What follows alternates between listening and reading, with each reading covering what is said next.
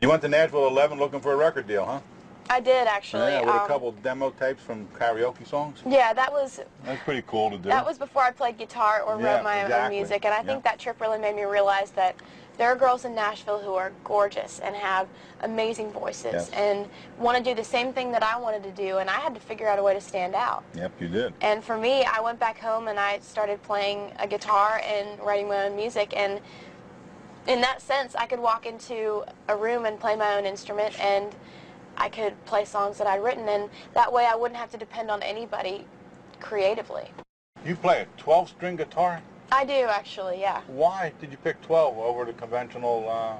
Well, I took a bunch of lessons when I was little, really little, like 10 and 11 and stuff, guitar on 6 strings, and I had this one real jerk of a teacher who I was asking him, I was like, so what's the difference between a 6-string and a 12-string guitar? And he goes, I don't even need to answer that for you, because there's no way that you'll be able to play a 12-string guitar at your age, and your fingers aren't developed enough, and there's no way you'd be able to play it.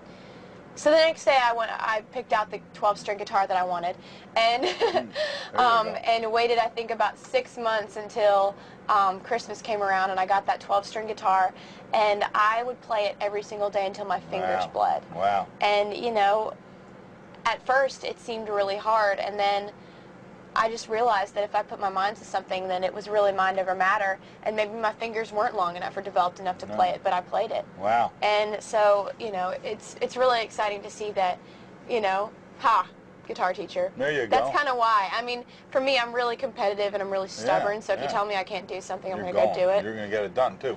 You're going to get it done. How much input did you have in the whole process of recording this CD? I had a lot of input. A lot of creative input? You know, there was never a recording session where they were tracking instruments that I wasn't there. Okay. And, you know, asking, hey, Nathan, can you turn this up? I need to hear a little more mandolin, or, you know, different songs that had piano, different things. You know, when I write a song, I hear how it's supposed to sound in my head.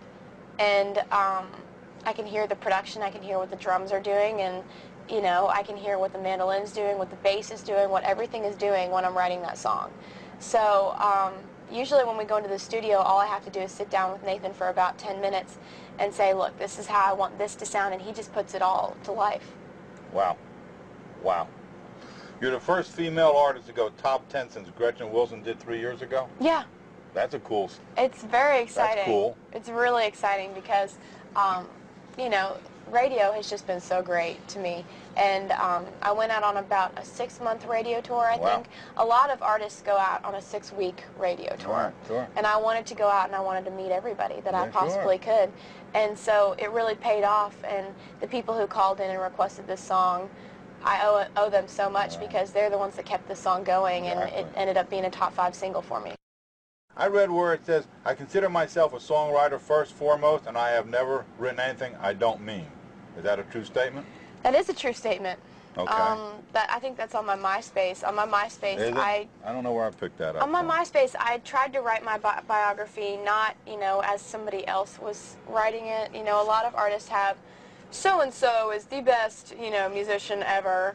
And I just didn't want to have my biography be like that. So I decided to write mine first person. And, you know, telling about who I am as a person, what I like, what I don't like, what annoys me, what I love, you know, stuff like that. And I thought, because I always wanted my favorite artists to do that. I always thought it would have been cool if the country artists that I looked up to when I was little would have given the fans something really cool, some real personal information, not too personal, but just what their favorite food is, stuff like that. You know, you never hear that kind of stuff, and I always thought it was kind of cool. What did I read from? Maybe it was on MySpace. What's your favorite food? Cheesecake. Yeah. I read that. So I thought it was pretty cool to give these people information about me, because I'm not scared of it. No, why not? What's wrong with cheesecake? I don't have anything to hide. No, I like cheesecake too. I know. Yeah. What's your website? My website is www.taylorswift.com, or hit me up on MySpace, which is myspace.com/TaylorSwift. Okay. Advice. You have any advice for anybody that wants to, you know, so what did you learn so far that you would give advice to How long do you have? Yeah, stay with it. You know, there's so many things that you learn throughout the way, and I had so many people give me, you know, advice when I was younger, and I can't say that I listened to any of it. Right. All the lessons that I learned, I had to learn by myself.